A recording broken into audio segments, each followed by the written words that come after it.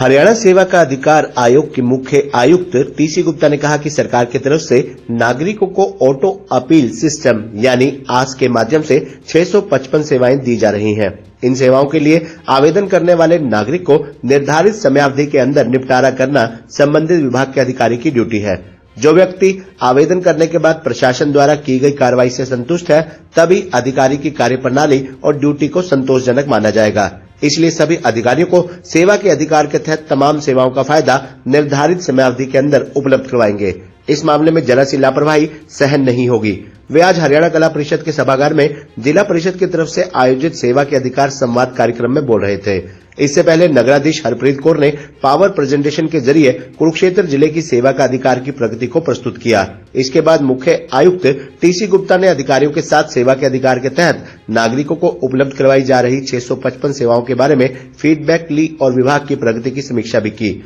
मुख्य आयुक्त ने जिला समाज कल्याण विभाग, बिजली विभाग, अक्षय ऊर्जा विभाग सहित अन्य विभागों की प्रगति को सबके समक्ष रखा और लोगों द्वारा दिए गए आवेदनों पर प्रशासनिक अधिकारियों द्वारा की गई कार्रवाई को भी सबके समक्ष दिखाया। उन्होंने कहा कि सभी अधिकारियों को ऑटो अपील सिस्टम की 655 सेवाओं का लाभ लोगों को निर्धारित समयावधि के अंदर उपलब्ध करवाना है। इसलिए सभी अधिकारी अपने अपने विभाग से संबंधित सेवाओं का पोर्टल पर रोजाना अवलोकन करें और लोगों की शिकायतों का निपटारा करके उन्हें पूर्णतः संतुष्ट करने का काम करें।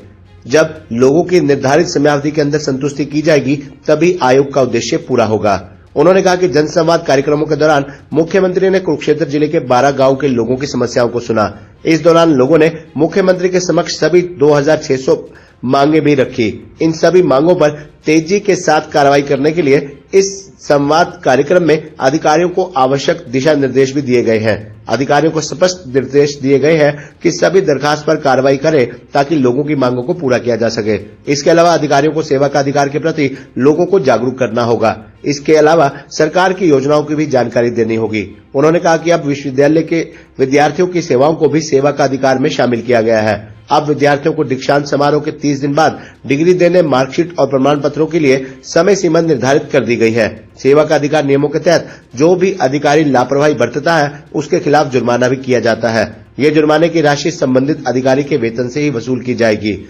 मुख्यमंत्री के ओएसडी नरेंद्रपाल मलिक ने सीएम विंडो और जनसंवाद पर विस्तृत प्रकाश डाला और कहा कि मुख्यमंत्री मनोहर लाल के आदेशानुसार सेवा का अधिकार की फीडबैक जानने के लिए अधिकारी सीधा लाभार्थियों व नागरिकों के बीच पहुंच रहे हैं। जनसंवाद कार्यक्रमों में जो भी शिकायतें दर्ज करवाई गई हैं, उन सभी शिकायतों का निपटान किया जा रहा है और सभी शिकायतों का निपटान एसीएस स्तर पर किया जा रहा है। सरकार द्वारा नियमित रूप से इस विषय की गंभीरता के साथ समीक्षा की जा रही है। आयोग के सचिव दीपक कुमार ने पावर प्रेजेंटेशन के जरिए सेवा के अधिकार के बारे में विस्तृत जानकारी देते हुए कहा कि 2014 से अब तक 70 लाख आवेदन प्राप्त हुए हैं और इनमें से 10,43,099 आवेदनों का निपटारा किया जा चुका है। इस प्रदेश के ऑटो अपील सिस्टम की तारीफ स्वयं प्रधानमंत्री नरेंद्र मोदी ने की है। मुख्यमंत्री मनोहर लाल के आदेशानुसार ऑटो अपील सिस्टम एक क्रांतिकारी कदम है। इस सिस्टम को अडॉप्ट करने के लिए जम्मू कश्मीर ने हरियाणा के साथ एमओयू साइन किया है। इसके अलावा महाराष्ट्र और आसाम के अधिकारी भी इस प्रणाली का अवलोकन करने के लिए पहुंचे हैं। उपायुक्त शांतनु शर्मा ने मेहमानों का स्वागत करते हुए कहा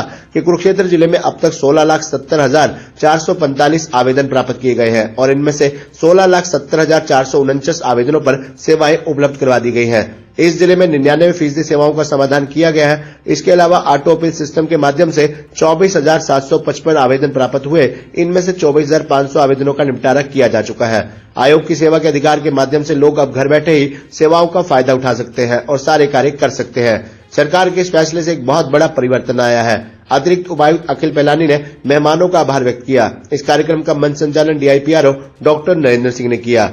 हरियाणा सेवा का अधिकार आयोग के अधिसूचित सेवाओं के लाभार्थियों के साथ संवाद कार्यक्रम के दौरान आयोग के मुख्य आयुक्त टीसी गुप्ता ने सीधा संवाद किया।